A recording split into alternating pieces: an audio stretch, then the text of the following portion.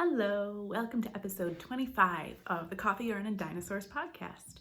My name is Ruth. I am the designer from Ruth Brash Designs and the yarn dyer from Fearless Feet Fiber Company. This is a podcast about knitting, crocheting, Tunisian crocheting, sometimes yarn dyeing, lots of different things. Today, I will be showing you lots of projects. It's been about a month since my last podcast episode, and apparently I have started all the things. I was doing pretty well knitting and crocheting monogamously on projects, and apparently that has stopped. Shocker.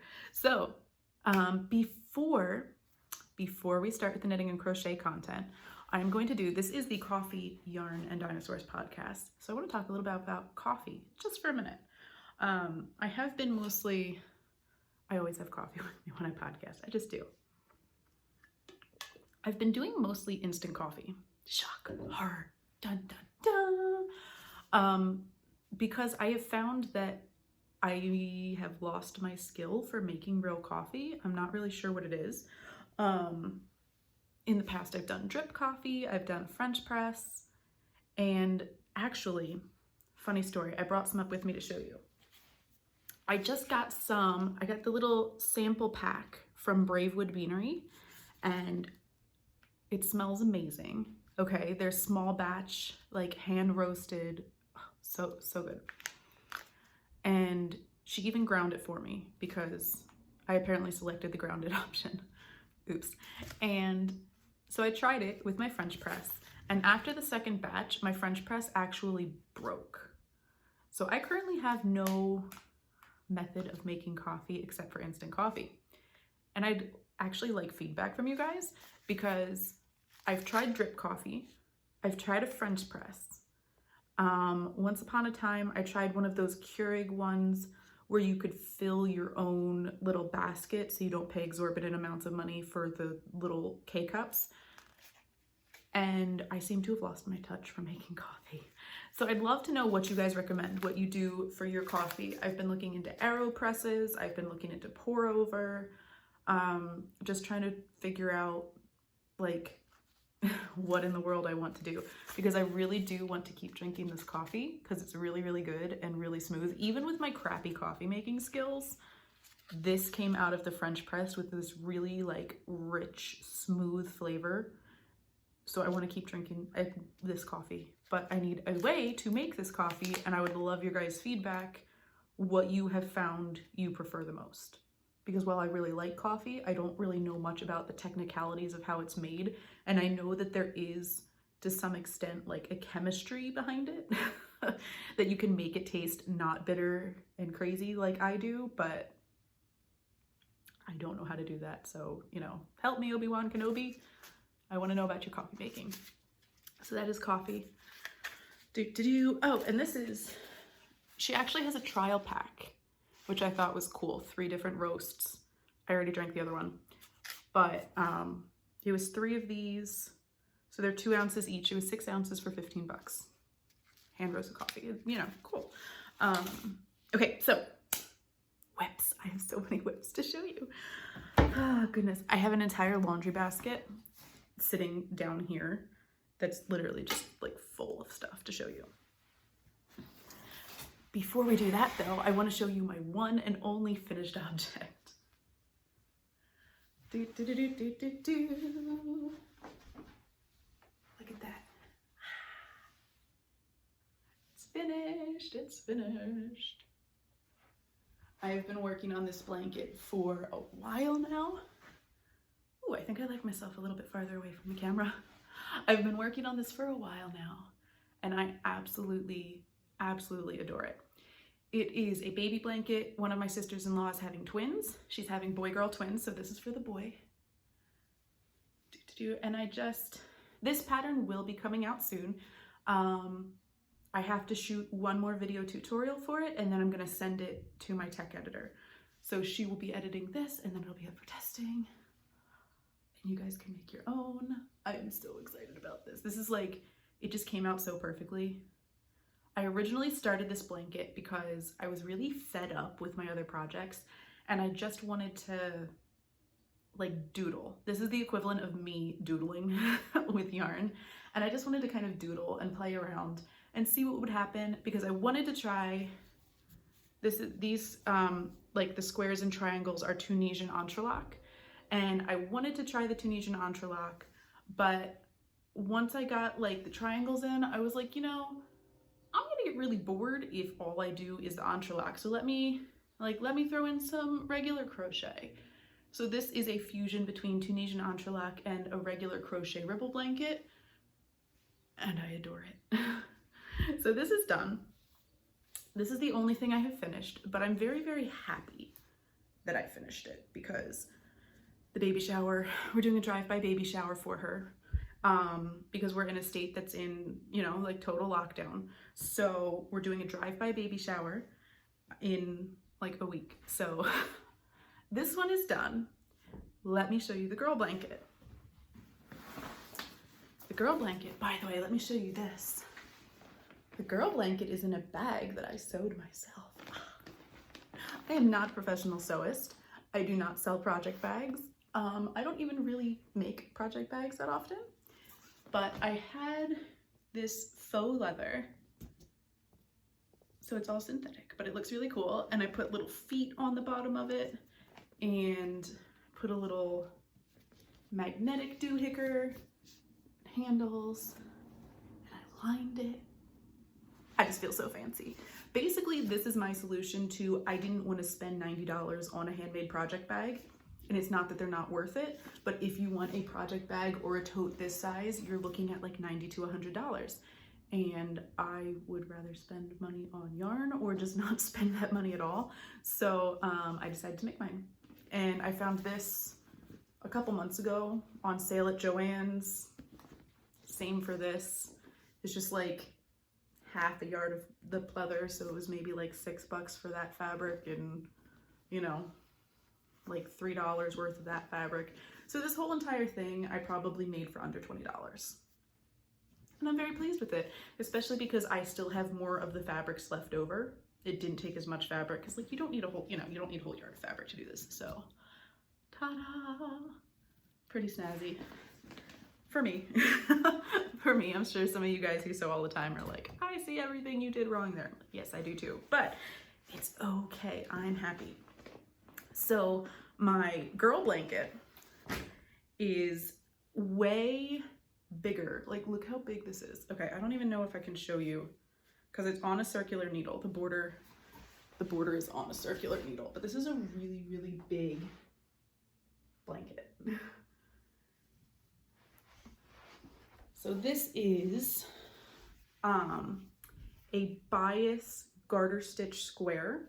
Oops, I'm not showing you from where it started. This is also kind of heavy because it's almost at the end of the border, so it's, you know, I've got probably like 500 grams of yarn on this one needle right now.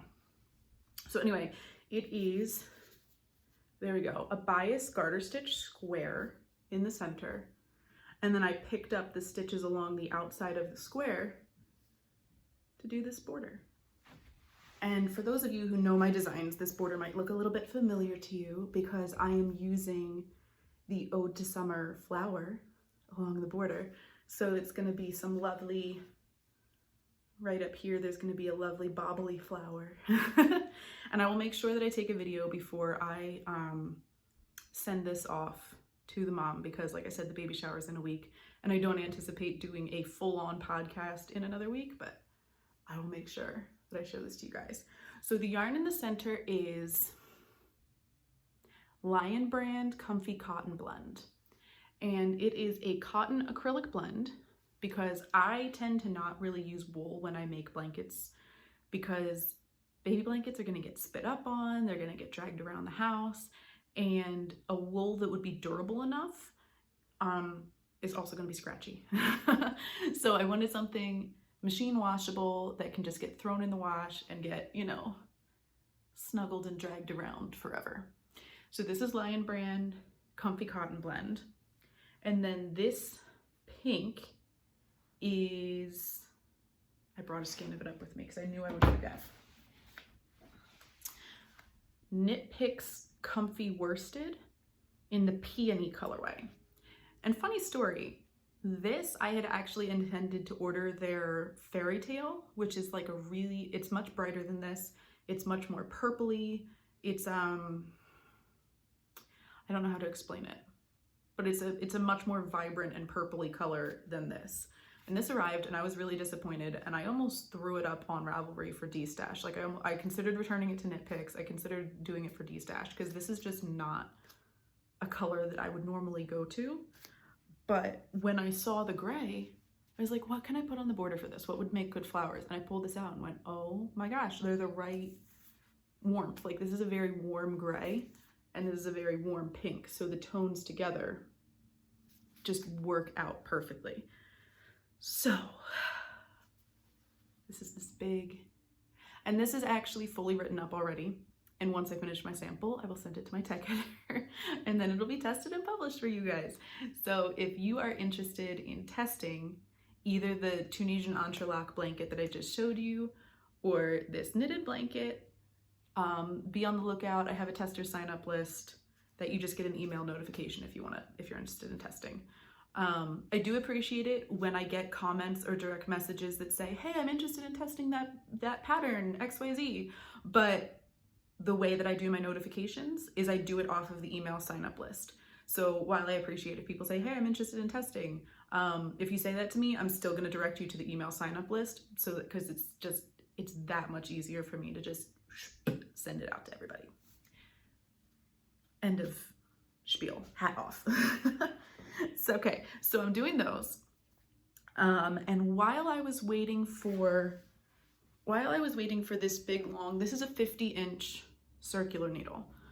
You could do it with you could do it with like 3 shorter needles and just use them like DPNs and go all the way around, but I just wanted one big long needle because, you know, just did. While I was waiting for that, instead of finishing one of my many projects, I cast on a shawl. Am I showing you the right side? I'm showing you the wrong side. So I was a little bit of a dingbat and I used the same size needles for the baby blanket for this. So this is on a holder right now because my needle tips are on the other project. But, so this is yarn from Kim Dye's Yarn. This is Flan Fingering, which is her Merino silk single ply, I think, but I'm holding it double because I didn't feel like knitting a fingering weight shawl right now, but I like this concept. This is a concept that I started years ago and never actually finished. So look. This is her Slubby Yarn. And if you haven't seen, Slubby Yarn is becoming more popular in the indie dyed yarn community right now. And it is essentially, let's see if I can show you. It is essentially a boucle yarn that has some of the bits of yarn like squished down towards the front of it. So what we're calling a slub, in spinning terms, a slub is a piece of fiber that instead of getting stretched out, it gets bunched up, like it's not spun out properly. But for art yarns, or in this case, a slubby yarn, it's done on purpose to add texture. So you can see the yarn itself is a single that is plied with thread. And then when you get to the slubs, see if I can put that down and show you. When you get to the slubs, the structure of, I've got to put my hand in front of my face, sorry guys, doing that podcaster thing. When you get to the slubs, the structure of the yarn changes. You can still see the straight thread here, but the bunchy boucle part, see how I can move the slub up and down with my fingers? It gets bunched up. So it gives you that little puff ball of texture. Let's see if I can find a bigger one in the skein. Okay, there you go. You see these, each of these right here, the little like puff balls? Those are called slubs. So this is Kim's slubby base. And when I saw her at Vogue Knitting Live, we were chatting about how this is a really cool textured base, but not a lot of designs have been done with it yet. So I decided to take on the challenge and pair these two together and I'm really enjoying it so far. I really like how it looks. Despite that it looks bumpy, this is a Merino blend yarn, so it's actually very, very soft. Like you can pet it, you can put it against your face. It's very, very soft. And the slubs are very soft too. So there's that. What else am I working on? Oh, I don't know if I had even started this before the last podcast. Guys, I have been knitting so many things and so many sweaters. It's ridiculous. I don't know. Who am I? I don't know. So this is, I'm going to stand up and show you. This is the Sandoval sweater by Annie Haas, who is This Bird Knits on Instagram. And the dark blue right here is Sugar Plum Circus Deep Truth. And this beautiful, beautiful variegated colorway is called The Chief by Fully Spun Yarn. So this pattern, obviously, I'm gonna tip the camera down a little bit so you guys can see what I'm doing without me having to stand up. There you go. So this pattern obviously has really, really big motifs on it, right? And depending on the size, the motifs are either centered or not centered. And just a personal preference, I did not want one motif on each boob. I didn't really think that that was like the cutest thing ever. I really, really love the pattern. I do not want like boobs. It's just not cool. So what I did is when I was dividing for the sleeves, some sizes have the motif centered and others have it uncentered because you add one motif for each size. So naturally, as you go up the sizes, it alternates centered, uncentered, centered, uncentered. And the correct size for my body was one of the ones where the motifs are not centered. I would have had one on each boob. I could have just gone and knit a larger or a smaller size, but if I knit a smaller size, I would have had like 0 ease, and this is meant to be more of a swancho. Like you can see the armholes are really deep. Okay, the armholes are like down here. So if there was no ease and the armholes were that low, I wouldn't be able to like raise my arms up. And if I went up for a size larger than this, I'm about a 42-inch bust and I would have been knitting like a 56.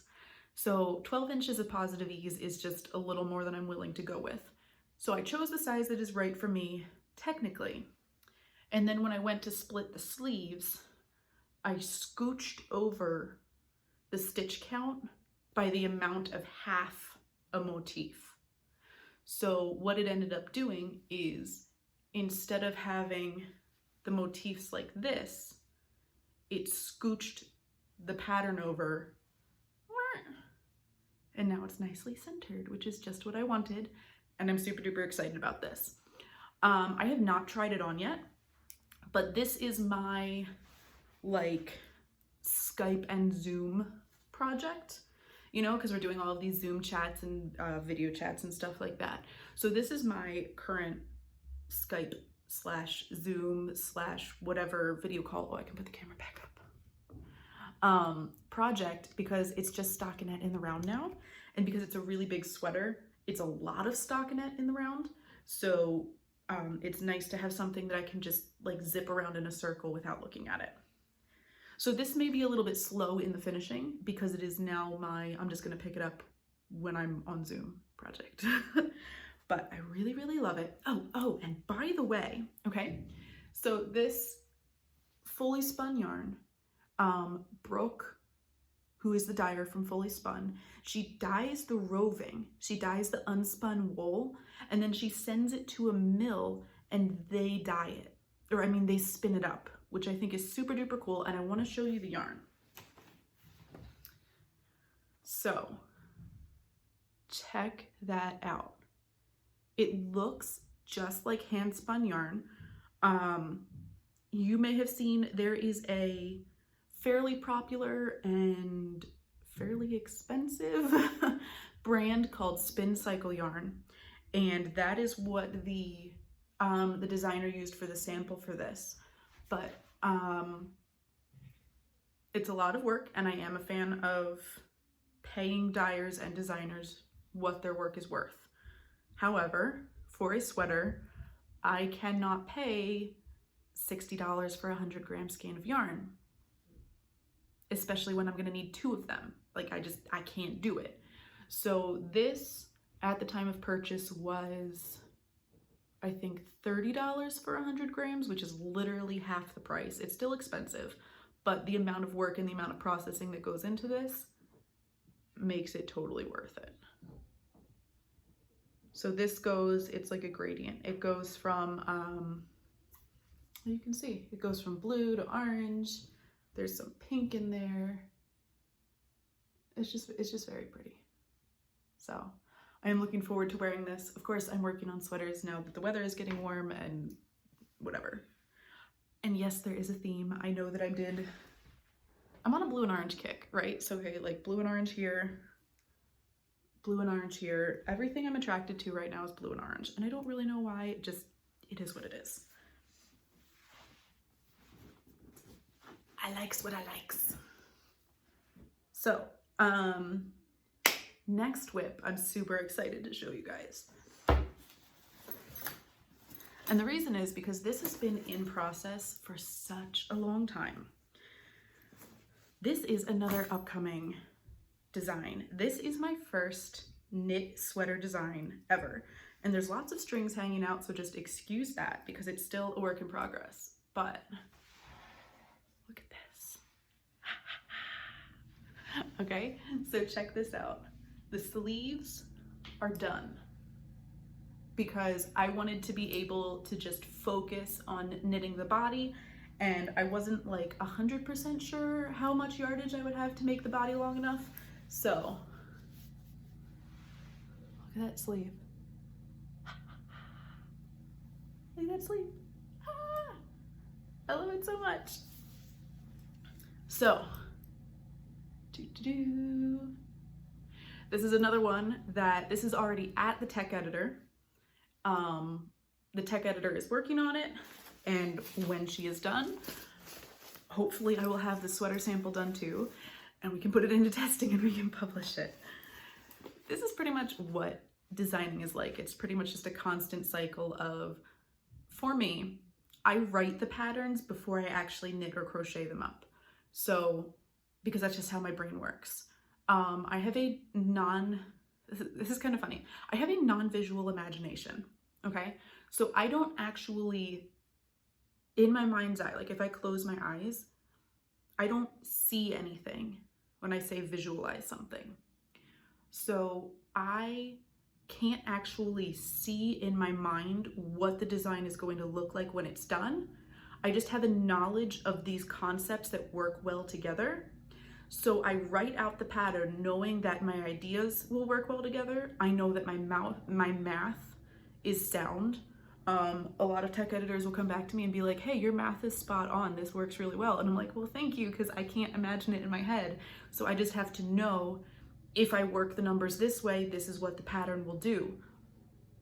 Ta-da. So, my process as a designer is I think to myself, hey, these stitches or this yarn, or I would like to try, for me this was I would like to try a sweater, and I would like cables down the front and like a little bit of a bishop sleeve. So I wrote the math out for it. Now it's at the tech editor and I just have to finish my actual knitting of it. So I'm excited. See what I mean? I have all of these big WIP projects like blankets and sweaters and so much. So that's that. Last WIP is, well, I guess technically last two. I started, if you have been seeing what's on my channel, you have seen these socks because I've been doing a toe-up sock tutorial with this yarn. So if you are interested in learning to knit toe-up socks, I've just posted the first 2 videos. So there's the toe all the way up through the foot and the heel turn. And I've technically given you instructions to do the cuff, but I haven't posted the video yet with knitting the cuff and the bind off. So these are Must Stash yarn in the Kama Sutra colorway. And the really cool thing about Mustache is they send the yarn to you in 2 50-gram cakes. so the socks will match perfectly. So you don't have to worry about matching your stripes on the foot of your sock. If that is the type of thing that bothers you, you don't have to worry about it because they do it for you, which is really nice. So these are for my 4-year-old because he has been asking me for rainbow socks. Rainbow socks. And it's just toe up, short row heel, knit for a little bit until he said, stop, that's good enough on my leg, and put a cuff on with a bind off. So, ta-da. I will be putting this up as a pattern. I mathed it out. If you're like, I just need a really basic toe up stockinette sock, once again, the tech editor is done with it. I have to finish the second sock, take some good pictures, we'll test it, we'll publish it, it'll be good to go. There's so much stuff coming down. This is why when I tell people, they say like, oh, I'm sorry, I can't test for you right now. And I'm like, dude, it's okay. There's so many things that are coming down the pipeline. Like this is a continual process of like sweater, blanket, sock, like there's so much stuff going on. And also I decided to try knitting socks on, this is not a 9-inch circular needle, this is a 10-inch circular needle. So instead of, so this is a ChiaoGoo interchangeable needle. And you can see, oh, I talked about these in the last podcast for the sweater sleeves, right? So you can see the one tip is longer than the other. This one is 3 inches and that one's 2 inches. And for some reason, that extra inch on this needle is just enough that it lets me stick my hand inside the project and knit. With the 9-inch circulars, it's something about not being able to like hook my hand into it. I cannot seem to do socks with the 9-inch circulars, but with that extra inch on the needle, good to go, which is awesome. So this is just a stockinette sock. I'm just playing with different styles of socks, and I really love this yarn. This is Beyond the Reef by Sugar Plum Circus. Obviously, I like Jensen's yarn from Sugar Plum Circus. I like her, so. Here it is in the cake. It's just a really, really pretty yarn. So I'm just gonna knit the tube, and I'm gonna do Afterthought, heels, toes, and cuffs. I'm doing Afterthought everything because it's fun and I want to. So, and then I'm gonna publish the recipe for that too. So, you know, more socks, always more socks. Okay, so that is what I'm working on so far. Let's see. Things for the future, ideas for the future.